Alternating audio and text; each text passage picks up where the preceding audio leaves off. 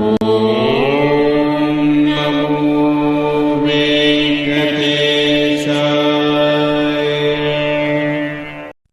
நமோ வெங்கடேஷாய. கோவிந்தா. நான் உங்க ஸ்ரீதர் பேசுறேன். திருமலைக்கு போயே அந்த கோவிந்தனை கண்குளிர பார்க்கணும்னு ஆசைப்படுற எல்லா பக்தர்களுக்கும் என்னோட அன்பான வணக்கங்கள்.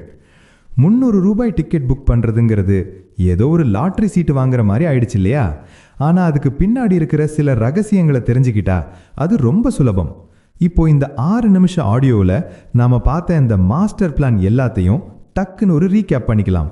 இது உங்க அடுத்த திருமலை பயணத்தையே மாக்க போகுது. கவனிங்க. மின்னல் வேக புக்கிங் ரகசியங்கள். புக்கிங் அன்னைக்கு வேகம் தான் நமக்கும் டிக்கெட்டுக்கும் நடுவில் இருக்கிற ஒரே தூரம். லாகின் பண்ணிட்டு அப்புறம் மெதுவாக டைப் பண்ணலான்னு நினச்சா அது நடக்காத காரியம். Notepad trick. இதை பற்றி நான் நிறைய வாட்டி சொல்லியிருக்கேன். பேரு, வயசு, ஆதார் நம்பர் இதை எல்லாத்தையும் கமா போட்டு நோட்ஸில் ரெடியாக வச்சுக்கோங்க.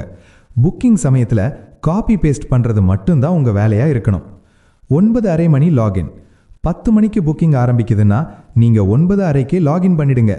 ஏன்னா அந்த நேரத்தில் லாகின் ஓடிபி வர்றதுக்கு லேட் ஆகலாம். முன்கூட்டியே போகிறது தான் புத்திசாலித்தனம். டுவல் டிவைஸ் முறை. லேப்டாப்பில் ஒரு பக்கம், மொபைல் ஆப்பில் ஒரு பக்கம்னு ரெண்டுலேயும் ட்ரை பண்ணுங்க. எதில் வர்ச்சுவல் கியூ கம்மியாக இருக்கோ அதை மட்டும் பிடிச்சிக்கோங்க.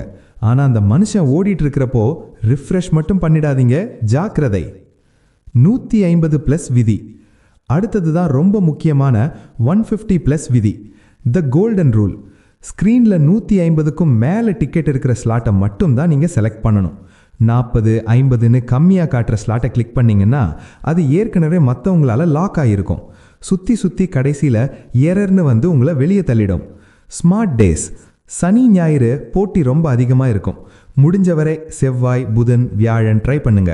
அதே மாதிரி ராத்திரி 8 மணிக்கு மேலே இருக்கிற ஸ்லாட்ஸ் புக் பண்ணுறது ரொம்ப ஈஸி. ஏன்னா அந்த நேரத்தில் கூட்டம் கம்மியாக இருக்கும். டென்ஷன் இல்லாத பேமெண்ட். பேமெண்ட் பேஜுக்கு போயிட்டீங்கன்னா பாதி கிணறு தாண்டின மாதிரி. அங்கேயும் சில நுணுக்கங்கள் இருக்குது. யூபிஐ தான் பெஸ்ட்டு. ஜிபே இல்லை ஃபோன்பே யூபிஐ ஐடியை காப்பி பண்ணி வச்சுக்கோங்க. டைப் பண்ணாமல் பேஸ்ட் பண்ணி பின் நம்பர் போட்டால் செகண்டில் முடிஞ்சுது. காசு கட்டானா என்ன பண்ணுறது? ஒருவேளை காசு கட்டாகி டிக்கெட் ஜெனரேட் ஆகலைன்னா பதறாதீங்க. அந்த பணம் 3-5 நாளில் தானாக உங்கள் அக்கௌண்ட்டுக்கு வந்துடும். காசு போச்சேன்னு வருத்தப்படாமல் உடனே வேற ஃபோன் நம்பர் வச்சு மறுபடியும் புக்கிங் பண்ண ஆரம்பிங்க. ஏன்னா நமக்கு டிக்கெட் தான் முக்கியம், காசு அப்புறம் வந்துடும். புனிதமான பயணத்திற்கு வாழ்த்துக்கள். கடைசியாக ஒரு சின்ன செக்லிஸ்ட்.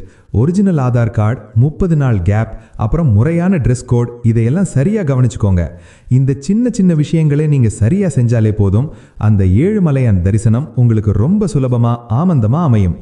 உங்கள் பயணம் சிறப்பாக அமையவும் அந்த வேங்கடவனின் அருள் உங்களுக்கு முழுமையாக கிடைக்கவும் நான் மனசார பிரார்த்தனை பண்ணிக்கிறேன். இந்த தகவல் உங்களுக்கு பிடிச்சிருந்தா மற்ற பக்தர்களுக்கும் இதை பகிருங்க. கோவிந்தா கோவிந்தா. நன்றி, வணக்கம்.